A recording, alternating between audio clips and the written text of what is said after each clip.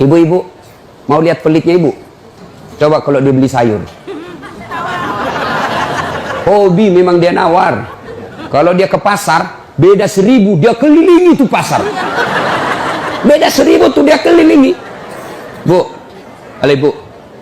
Bu, kalau ibu belanja di Trans Studio, Trans Mall, atau Alfamidi, Alfamart, tawar apa tidak? Tidak. Tawar apa tidak? Coba kau tawar, dibilang ke orang gila. Lalu pedagang kasihan yang sesama kita pribumi, datang naik sepeda motor, kadang kala sepeda, dia datang, dia sudah panggil kita, ya Bu Haji, Bu Haji makin cantik aja, masih nawar. Apa namanya kalau bukan pelit? Sudah enaknya itu, berapa Mas? 10.000 Bu Haji, 11.000 ya.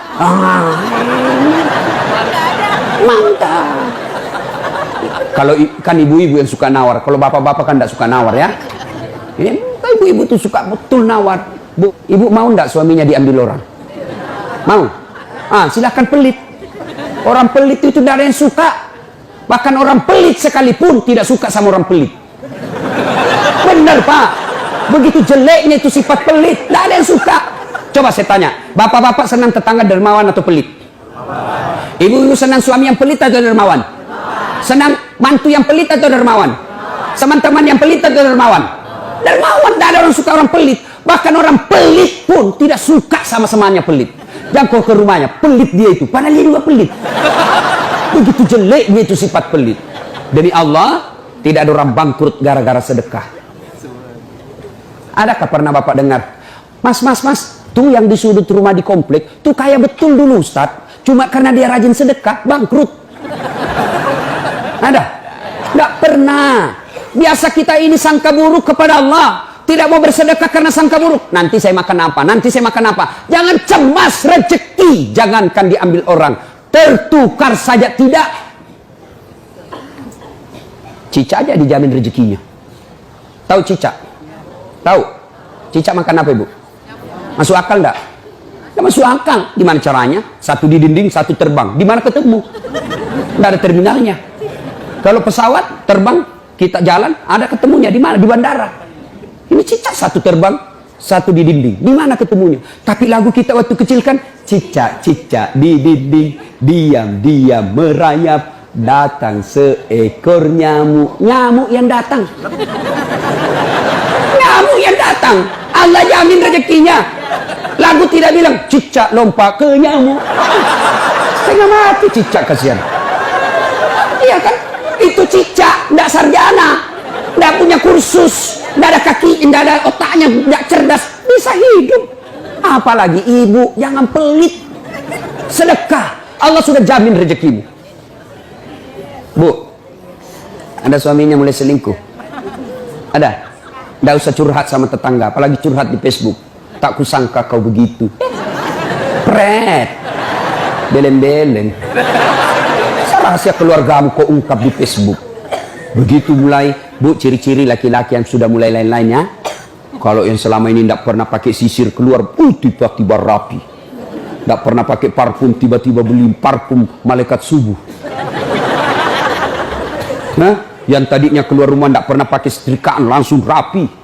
Yang paling mencurigakan kalau dia terima SMS dalam kamar mandi. 70% wajib dicurigai. Nah, kalau sudah begitu ibu tidak usah curhat sama tetangga, lebih curhat kepada Allah. Bangun ibu sholat hajat, lakukan sampai 8 rakaat. Setiap 2 rakaat di sujud terakhirmu kau berdoa kepada Allah. Ya Allah, engkau yang membolak-balikkan rasa cinta dalam hati suamiku. Tidak mungkin aku bisa mengendalikan cintanya. Ya Allah, tidak mungkin aku jaga dia 24 jam. Engkau yang maha menjaga ya Allah. Ya Allah, pelihara suamiku dari godaan perempuan lain. Ini ada duit saya 500.000. Saya tolak bala besok ke panti asuhan. Mudah-mudahan 500.000 suamiku terhindar dari wanita jahat. Bismillah. Coba amalkan itu, Bu. Coba amalkan. Yang jadi masalah kalau suaminya juga sudah tahu rumusnya. Dia bangun juga sholat tahajud. Dia bangun pula sholat hajat. Istrinya sebelah, kamar sebelah, suaminya kamar sebelah. Ya Allah, capek sudah saya lihat istri saya, ya Allah. Ngamuk aja kerjanya, marah-marah aja, berat badannya juga makin tambah, ya Allah. Tak tahu dilihat dari mana dia seksi. Ya Allah, ini ada duit saya 500.000. tolak bala ya Allah. Mudah-mudahan istriku ikhlas saya kawin lagi. Bingung malaikat yang mana? Jangan pelit. Demi Allah, tidak ada orang bangkrut gara-gara sedekah. Saya kasih contoh. Tanggal 4 kemarin, sehari sebelum lebaran. Ya, tanggal 3 malam. Ada anak-anak usia 19 tahun. Bapaknya Flores, mamanya Toraja, Kristen. Karena sering dengar ceramah saya di YouTube, akhirnya dia memutuskan diri masuk Islam. Desember kemarin. 19 tahun. Tanggal 3 malam, dia DM ke saya di Instagram.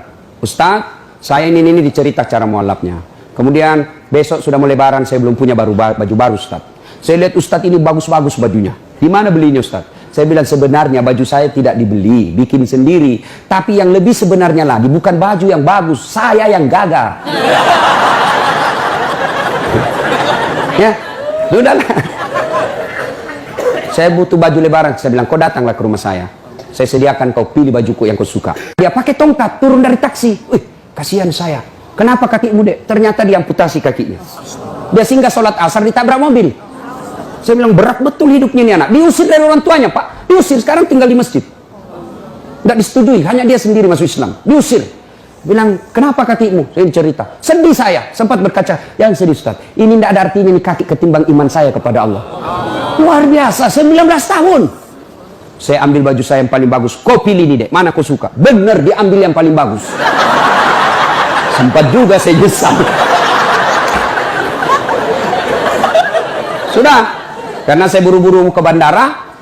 Saya mau pergi khutbah. Ya, ini Dek. Kau ambil 1 juta.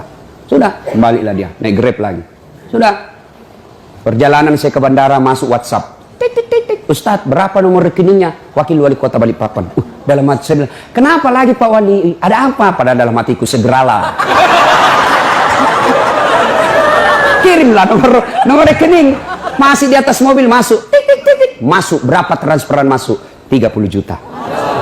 Tadi keluar 1 juta. Tidak cukup sampai situ. Allah balas lebih banyak. Sampai saya di airport, bandara, depan pintu 7 nunggu saya keberangkatan. Tiba-tiba ada ibu-ibu lari. Bawa amplop. Ustaz, tunggu dulu Ustaz. Apa? Ini dalam hatiku. Ada apa lagi? Padahal cepat sudah. Ini ada ternyata ada fans saya. Dia lihat saya di bandara. Dia mau kasih, coba buru-buru mau masuk bandara. Dikasih saya melalui itu ibu. Nih ada Ustaz titipan dari ini. Oke, saya buka. Berapa isinya? 10 juta. Sudah 40 itu kan gantinya. Besoknya tanggal 5 selesai khutbah. Biasanya kalau saya khutbah dikasih itu ibu 25 juta sama itu Bu Bupati. Berapa saya dikasih waktu itu? 35 juta. Berapa Allah ganti? 75. Keluarkan 1 juta, Allah ganti 75 juta. Kenapa ibu miskin? Karena ibu malas bersedekah. Selalu berkeyakinan saya miskin.